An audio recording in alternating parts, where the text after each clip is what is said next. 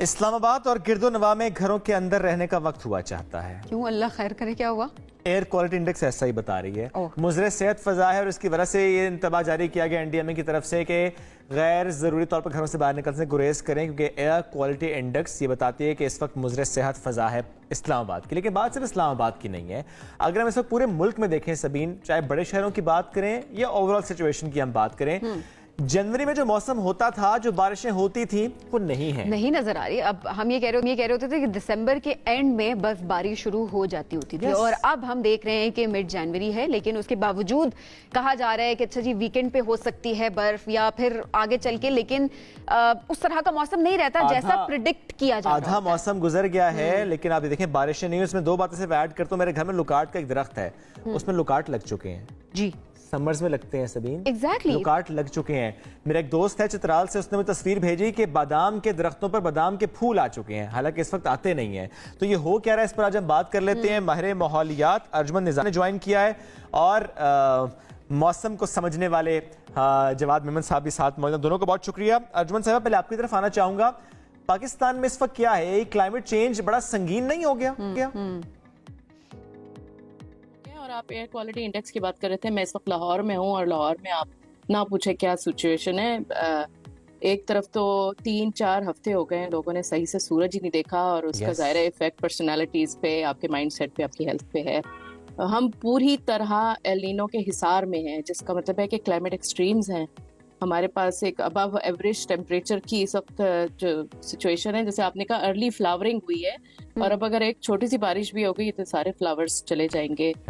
سنو نہیں ہوئی، ڈراؤٹ ہے بہت زیادہ. بالکل. جواز صاحب، موسم اب کیسا رہے گا؟ اب جس طرح ہم پریڈکٹ تو کرتے جا رہے تھے، دسمبر میں بھی کہا دسمبر کے اینڈ میں ہو سکتا ہے، لیکن ہم نے نہ تو اب ہم کوئی بارش دیکھ رہے ہیں اور نہ ہی ہم برف باری دیکھ رہے ہیں. کس طرف موسم جاتا دکھائی دے رہا ہے آپ کو؟ جی السلام علیکم. دیکھیں سبین، فی الحال تو اگلے 5 سے 7 دن بھی جو ہے وہ ایسے ملک کے اکثر علاقوں میں کوئی خاطر خواہ بارشوں کا کوئی امکان نہیں ہے. ہاں بالکل، جنوری کے آخری ویک میں جو ہے وہ ایک بار پھر مغربی ہواؤں کے جو سسٹم ہے ان کی آمد شروع ہوگی، تو ہی ہم کہہ سکتے ہیں کہ جنوری کے بالکل آخری دنوں میں جو ہے وہ پھر آہستہ آہستہ بارشوں کا جو سلسلہ ہے وہ شروع ہوگا، اور پھر یہ کنٹینیو کرے گا فیب میں. اس چیز کی توقع کی جا رہی تھی کہ جنوری میں جو ہے وہ اچھی بارشیں رہیں گی، اچھی برف باری رہے گی، کیونکہ دسمبر کا مہینہ بھی جو ہے وہ ہمارا بلو نارمل ہی رہا ہے.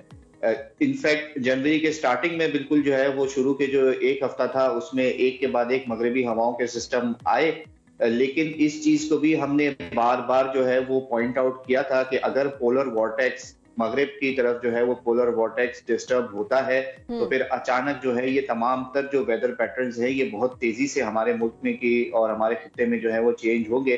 اور اسی چیز کا افیکٹ جو ہے وہ ابھی ہم دیکھ بھی رہے ہیں کہ مغرب میں جو ہے وہ انتہائی خطرناک سردی ہے، اور ہمارے یہاں جو ہے وہ بہت زیادہ جو ہے وہ موسم جو ہے وہ اس وقت خشک ہو گیا ہے. تو یہ جو کلائمیٹ چینج کے اثرات ہیں صرف اب پاکستان کی نہیں دیکھ رہے ہیں، ہم گلوبلی بھی بات کر رہے ہیں کہ کہاں کہاں کون کون سے ممالک اس سے جو ہے ان کا امپیکٹ آ رہا ہے اس پہ. ارجمند صاحبہ، اگر یہی حالات رہے، ہم کیونکہ ہر سال ہم یہی بات کر رہے ہوتے ہیں کہ اس سال وہ ٹھنڈ نہیں ہوئی جو پچھلے سال تھی، اس بار بہت زیادہ گرمی ہے جتنی پچھلے سال نہیں تھی، تو اب اگلے سال ہم کیا دیکھ رہے ہیں؟ سبین، مسئلہ یہ ہے کہ ہم ہر سال ایک اگلے سال کا ویٹ کرتے ہیں، اور ہم یہ سبق نہیں سیکھتے کہ پیچھے ہمارے ساتھ کیا ہوا. اب یہ جو وارننگ ہے یہ جولائی میں ہی ایشو ہو چکی تھی، گلوبل جو وارننگ تھی کہ یہ ایل نینو کے ایفیکٹس ہوں گے، اور Pakistan was among countries of high concern. اور یہ سچویشن تھوڑی سی پروٹیکٹڈ ہے، جیسے ابھی آپ نے سنا کہ جو موسمیاتی تجزیہ ہے آگے بھی یہ ایکسٹریمز ہمیں دیکھنے کو ملیں گے. اور مجھے جو ڈراؤٹ کی جو فکر ہے اور جو برف نہ ہونے کا جو امپلیکیشن ہے ایگریکلچر کے اوپر، وہ بہت زیادہ سیریس ہوگا. ہماری چینلز پہ پانی کم ہوگا، ہمارے اسپرنگز ریجوونیٹ نہیں ہوں گے، اور خاص کر جو بارانی ایگریکلچر ہے وہ بہت زیادہ افیکٹ ہوگی. اب اس کے سمپل الفاظ میں اگر ہم کہیں کہ کم پانی میں اگانا سیکھو، زیادہ آ جائے تو تیرنا سیکھو. ہم کوئی بھی تیاری جو ہے وہ وقت پہ نہیں کرتے. ہمیں بہت جلدی ایسی ٹیکنالوجیز کی ضرورت ہے کہ ہم کراپ پر ڈراپ پہ آ جائیں، کیونکہ ہماری زیادہ تر ایگریکلچر اکانومی ہے.